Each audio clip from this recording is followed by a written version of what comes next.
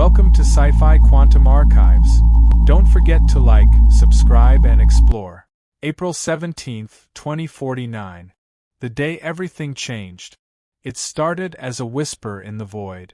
A thin, fractured sound buried beneath the usual radio noise of the universe. The kind of interference astronomers had dismissed for decades. Solar winds, distant quasars, the cold hum of a universe that never sleeps. But this wasn't noise. The signal arrived at 3:13 a.m., detected by an array of deep space satellites tuned to the infinite silence between stars. The waveform wasn't random. It pulsed in a pattern, deliberate, calculated. Someone was speaking. For the first few minutes, no one outside the observatory knew. Inside, scientists stared at their screens, watching numbers and symbols shift in real time, their expressions locked in the space between fascination and dread. The world slept on, unaware. Then, an anomaly. A subfrequency embedded within the main transmission. One of the researchers, a veteran in deep space radio signals, adjusted the filters, isolating the layer beneath. His breath caught in his throat. The signal wasn't just structured. It was speaking back. A repeating sequence emerged, mathematical, recursive, escalating in complexity. The kind of thing that shouldn't occur naturally, not even in the farthest reaches of the cosmos. It was an invitation. Or a warning. At precisely 3:17 a.m., the transmission did something unexpected. It shifted. No one had sent anything back. No response had been transmitted. But the message changed. As if it already knew it had been received. As if something out there was waiting for confirmation. One researcher, a young astrophysicist, leaned in closer, adjusting his headset, trying to make sense of the strange fluctuations in the waveform. His hands trembled as he spoke into the live feed that documented their findings. "Something's wrong." The signal grew louder, sharper. The frequencies spiked beyond standard detection ranges, forcing the team to recalibrate. But the more they adjusted, the more distorted it became, as though it was shifting in real time, resisting interpretation. Then came the voice. Not in English. Not in any language ever documented. A layered, fractured cadence, too structured to be noise, too alien to be understood. The room went silent. For the next 37 seconds, no one spoke. No one moved. They just listened. And then, the power surged. Monitors flickered. Equipment cut out. The emergency backup kicked in, flooding the observatory with the low hum of reserve generators. For a moment, all they had was static. And then, just as suddenly, the voice returned. But this time, it spoke in words they could understand. A single sentence, repeated 3 times. "They are not what you think." No one breathed. Then, a second message. "We told you before. You didn't listen." By now, the recording was being logged, auto-archived into secure servers. The system time-stamped it, cross-referenced it, locked it into history. 3:19 a.m.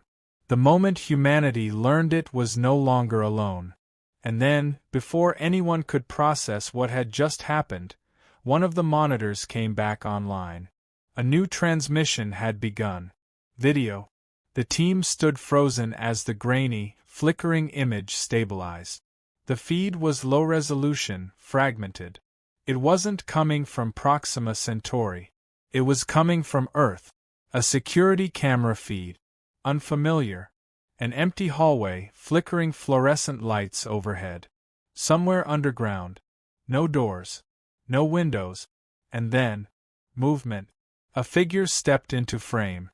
A scientist. Wide-eyed. Pale. Breathing hard. His name appeared on the screen, automatically identified by the system. Dr. Victor Kessler. Chief astrobiologist. Missing since 2027. Declared deceased. Kessler lifted his head. His expression was hollow, his skin stretched too thin. He looked straight into the camera. Straight into them. And then he spoke. His voice was dry, barely above a whisper. "You have no idea what you've done." The power cut again. The screen went black. A final burst of static. Then silence. Dr. Naomi Rourke had spent most of her life listening to silence. Night after night, she sat beneath the endless sky at the Deep Space Listening Array, a facility carved into the arid, lifeless plains of Chile's Atacama Desert. She and her team filtered through the infinite noise of the cosmos, hoping, always hoping, that somewhere, hidden in the static, a voice would speak back. And then, at 3:13 a.m., it did. It started like any other anomaly, just another flicker on the spectrum, another strange pulse among the thousands that filled their data logs. But as the software began analyzing the waveform, Naomi felt something shift in the air. A quiet unease. The hairs on the back of her neck stood up. The signal had structure. Not the kind that came from neutron stars, not the kind that came from cosmic background radiation. This was deliberate, intentional, intelligent, a pulse repeating at fixed intervals. At first, the pattern seemed simple, almost mechanical, but then a secondary frequency layered itself beneath the first. And another. And another. The more they stripped back the noise, the more it became clear. This was not a single message. It was multiple signals, interwoven into a complexity that shouldn't have been possible. The room was silent except for the low hum of machinery, the flickering glow of monitors, and the quiet, measured breathing of scientists who suddenly understood they were no longer just observers of the universe. They had been heard. Naomi's assistant, a young data analyst named Gabriel Reza, muttered something under his breath as he zoomed in on the spectrographic analysis. The patterns, they weren't random. They were numbers. A mathematical sequence. Prime numbers. The universal language. A message was hiding inside the noise. The team worked in near silence, the gravity of the moment pressing down on them. Line by line, they stripped away layers of distortion, isolating the embedded data. Symbols emerged, shapes that resembled no known alphabet. They weren't pictographs, not letters, not ciphers. But something about them felt familiar. Then came the second discovery. At 3:26 a.m., one of the spectral filters isolated an anomaly buried deep within the transmission. A data string, separate from the mathematical patterns, separate from the symbols. A sequence. Naomi leaned in, staring at the raw information scrolling across the screen. She had seen something like it before. Not in any transmission, not in any deep space signal. It was a biological structure. DNA. But it was wrong. DNA follows an intricate, precise structure. Adenine, thymine, cytosine, guanine. It has rules, a framework, a natural order that allows life to exist. This had extra components. Base pairs that shouldn't be there. The structure was similar to human DNA, but twisted, stretched, rewritten by something unknown. Something impossible. No one spoke. Outside, the wind howled across the desert, rattling the observatory walls, the only sound in a world that was suddenly, unmistakably different. The implications were immediate and overwhelming. The signal had come from Proxima Centauri b, a planet locked in orbit around the nearest star beyond our Sun. A world that, by every model of exoplanetary science, should have been inhospitable. A dead rock.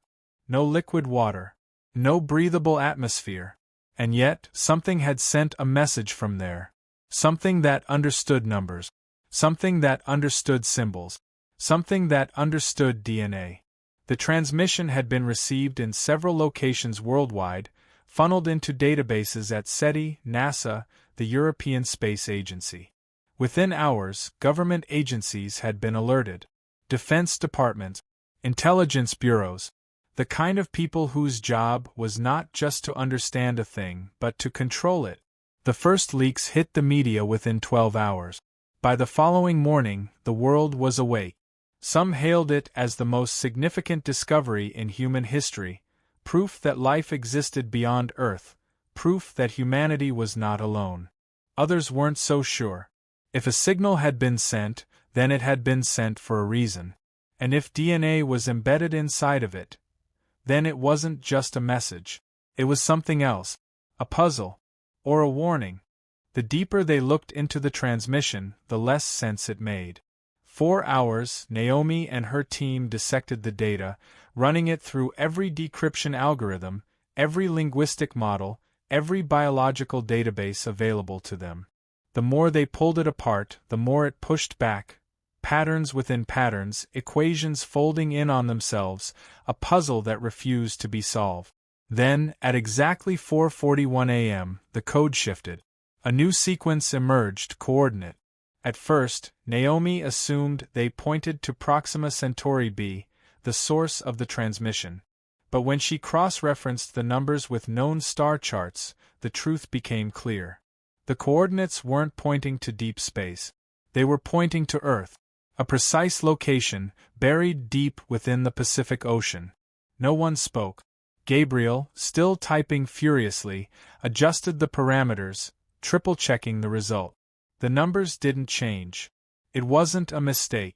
The signal had been sent from Proxima Centauri, but it was directing them home. Naomi's hands trembled slightly as she brought up global satellite maps, isolating the exact point the transmission was referencing. It was a stretch of ocean thousands of miles from the nearest landmass.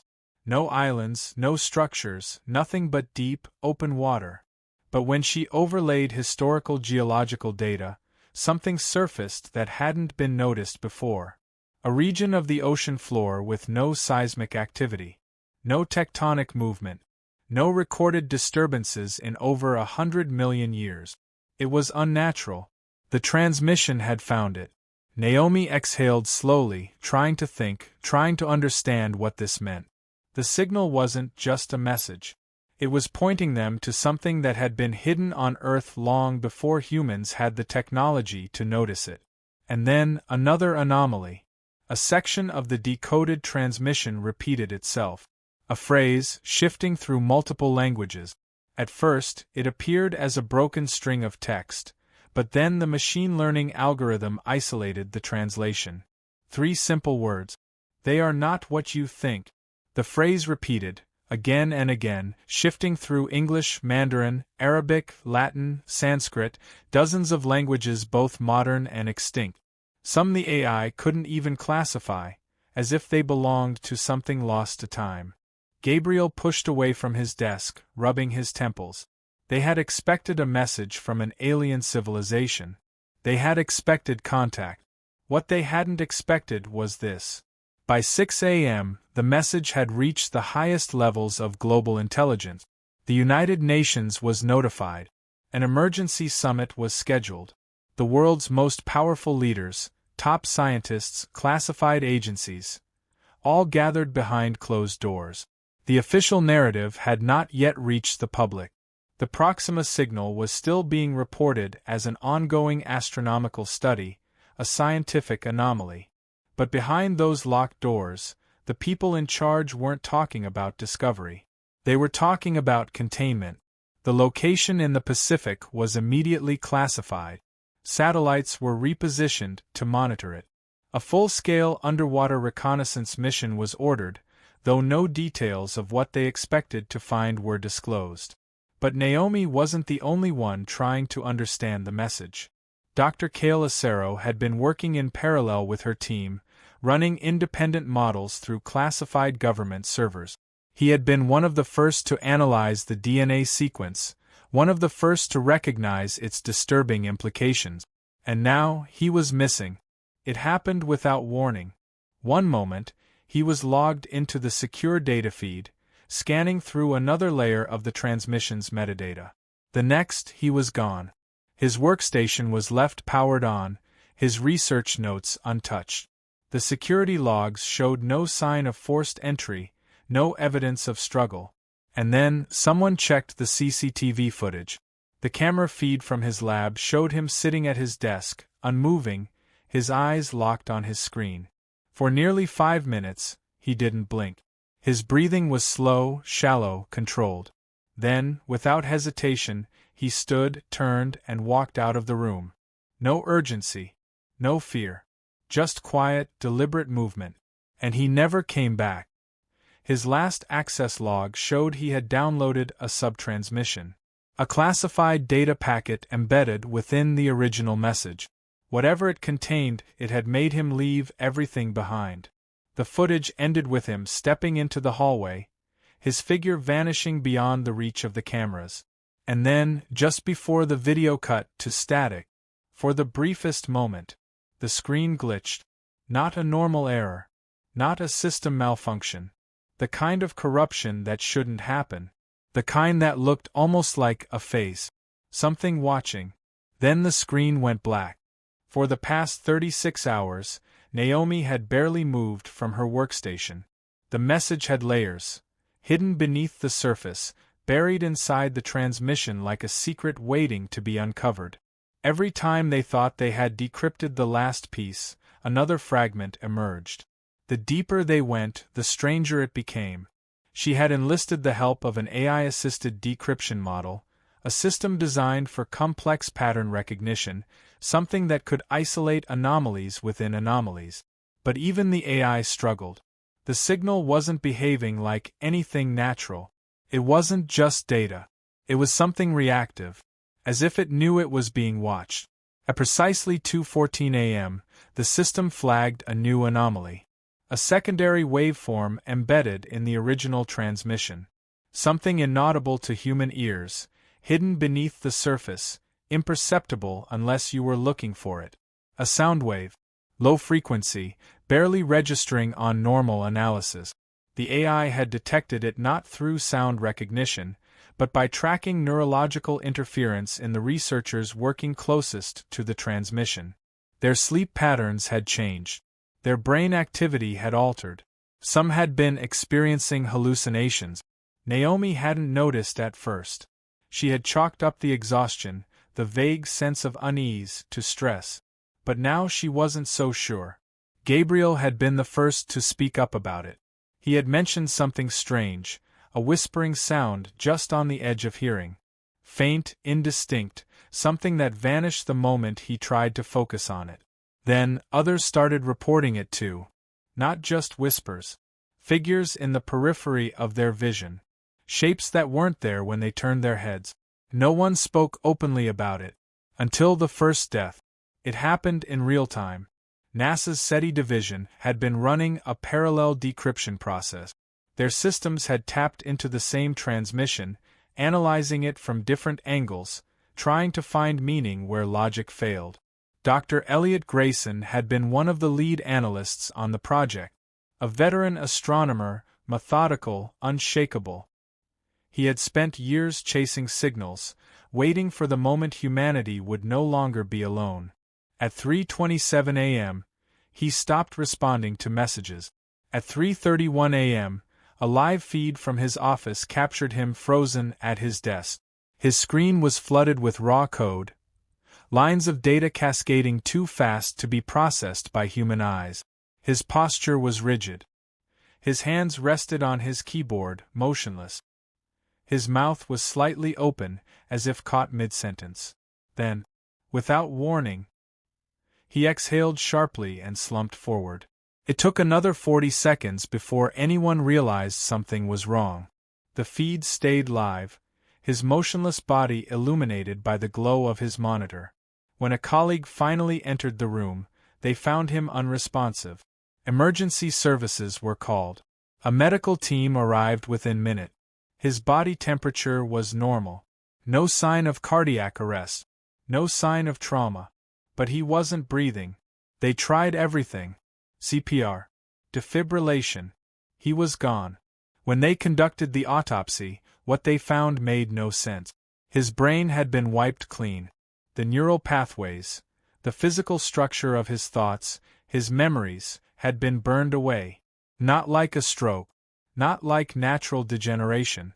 Like something had erased him. His last words were captured on the security feed.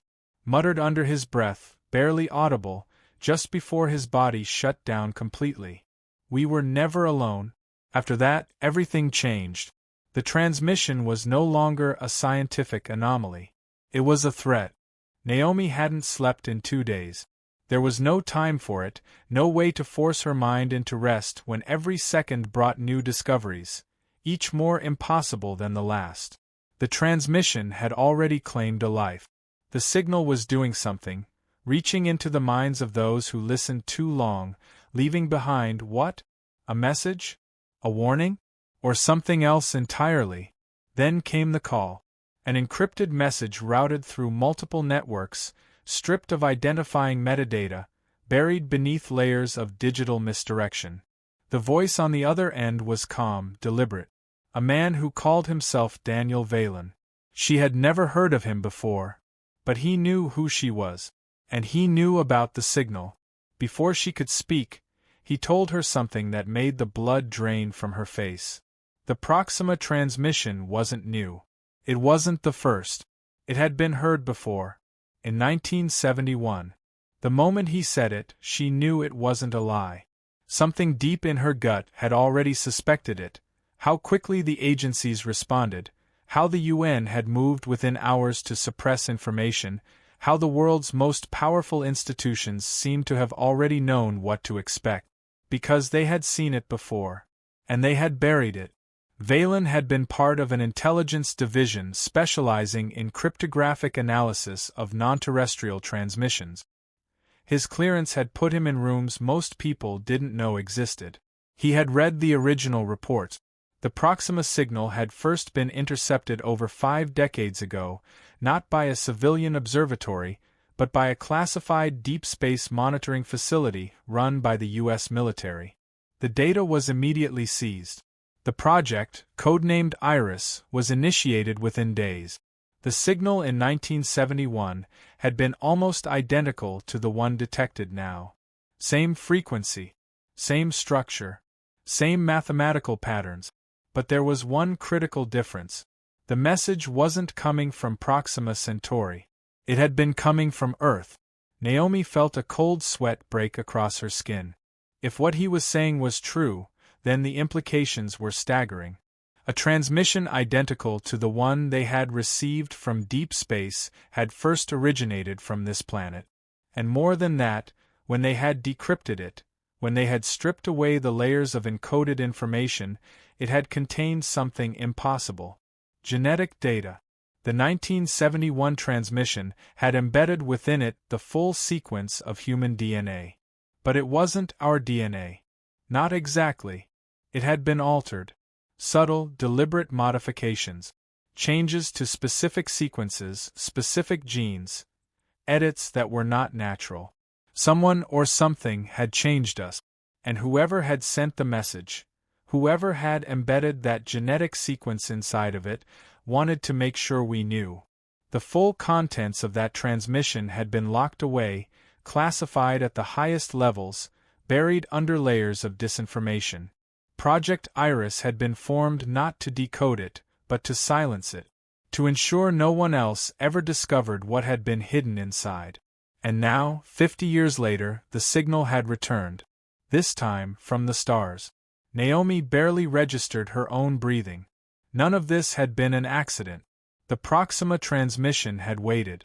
For half a century it had been waiting, until the right moment, until the right advancements in technology, until we were capable of understanding.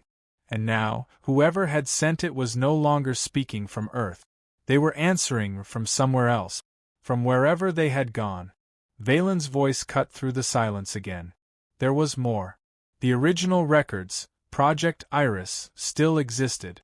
Sealed in a classified archive in Geneva, accessible only through back doors known to a handful of people. He knew how to get inside. And he needed her help. Because something inside that archive had been locked away for 50 years. And the people who had buried it had done so for a reason. Naomi sat in the cold glow of the monitors, staring at the final encryption layer of the Proxima signal. The data had resisted every attempt at decoding, locked behind barriers no human mind had built. But now, the last fragment was about to be played. Daniel stood beside her, silent. A small team of cryptographers and analysts had gathered, but no one spoke. They had all seen what had happened to those who listened too closely. Naomi reached for the controls. and pressed play. At first, there was only static, a deep, rolling distortion as if the sound itself had weight. It wasn't the chaotic interference of background radiation. This had rhythm. It pulsed like breath. Then, something else. A voice. It didn't belong to one language, or even one tongue. It was layered, shifting, as if it couldn't decide what form it needed to take. Every syllable carried weight, reverberating beneath the skin, pulling at something deep in the mind, something ancient. You are not native to this world. Naomi's breath caught. The voice continued, shifting across languages, pulling pieces from dialects long dead, from tongues never spoken aloud. Your makers are returning? The words were not a question, not a threat, a statement.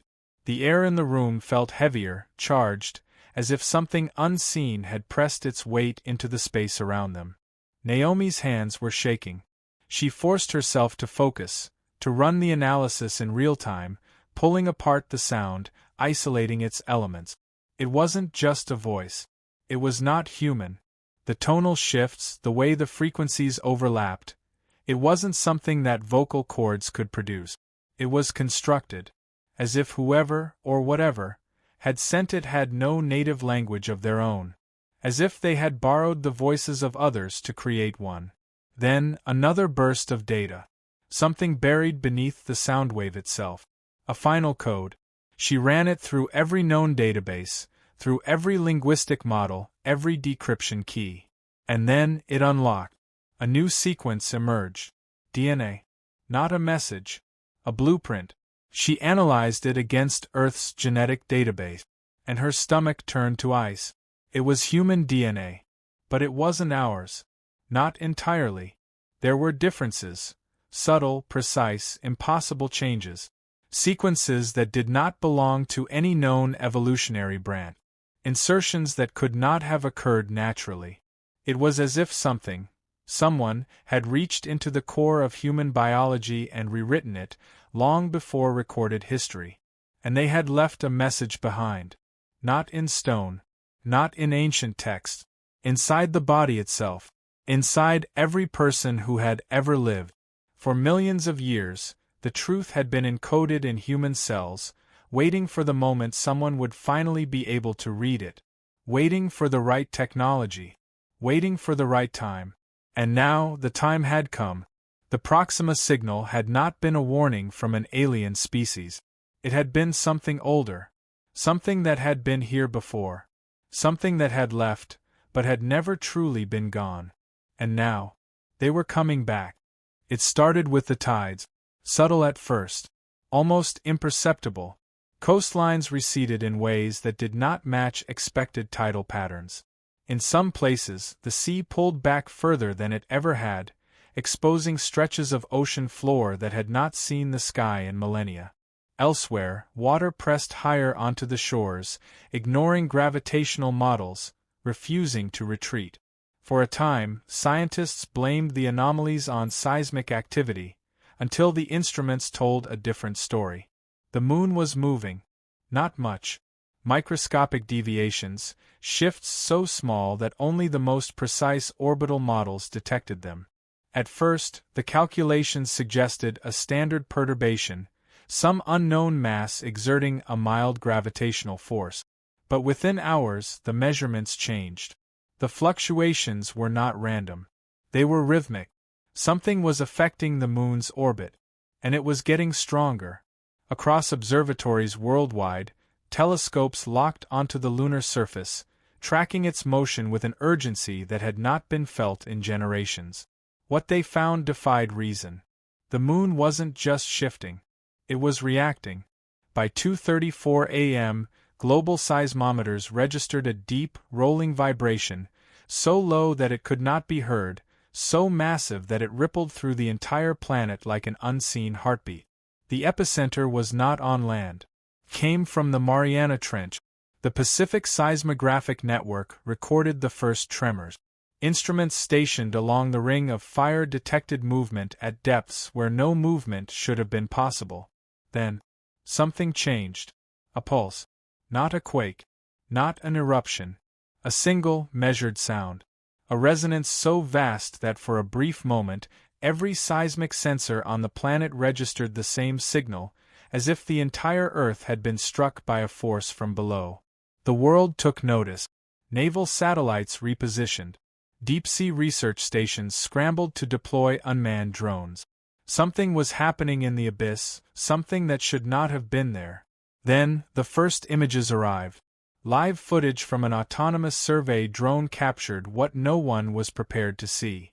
At a depth of nearly 36,000 feet, the ocean floor was moving. Not shifting. Not cracking. Opening. A fissure, vast and deliberate, splitting along the seabed in a perfectly symmetrical formation. For the first time, the world watched as something beneath the ocean began to wake. The waters above the trench trembled. The deep-sea pressure sensors failed, overwhelmed by forces they could not measure. And then, at exactly 2:47 a.m., a structure began to rise. It did not look natural. It was not natural. Metal where there should have been rock. Geometric surfaces where there should have been nothing but miles of sediment. A form too vast, too complex, too engineered to have been built by anything known to human history.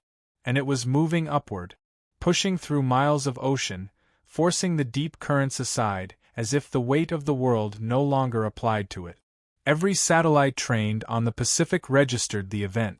Every network flashed breaking news. In real time, the world watched as something ancient, massive, and deliberate rose from the deepest part of the earth. It had been buried.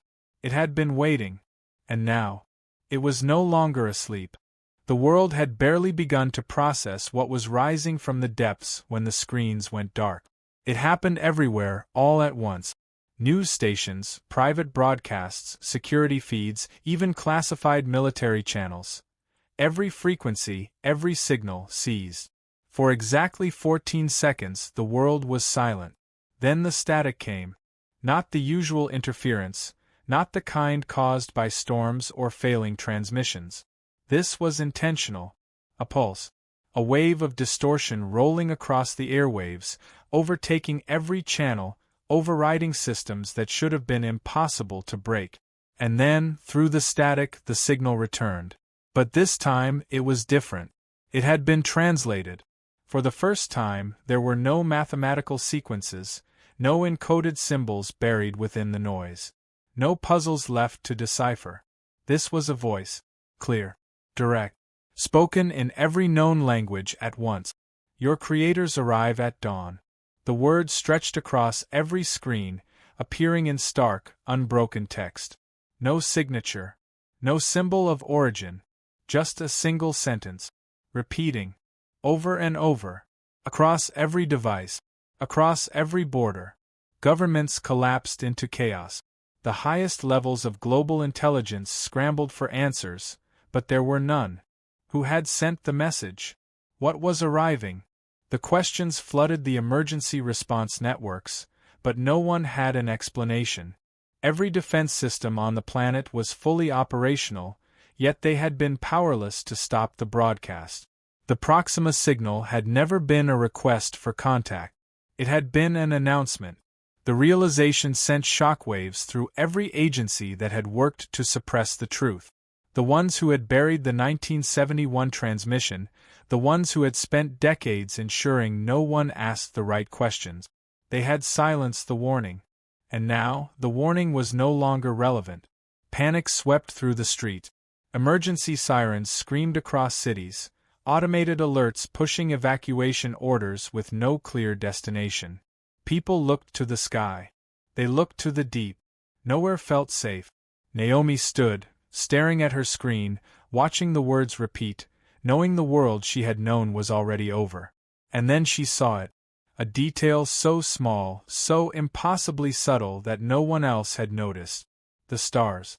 She had spent her entire life mapping them, studying them, tracking their positions with absolute precision. She knew them as well as she knew her own breath.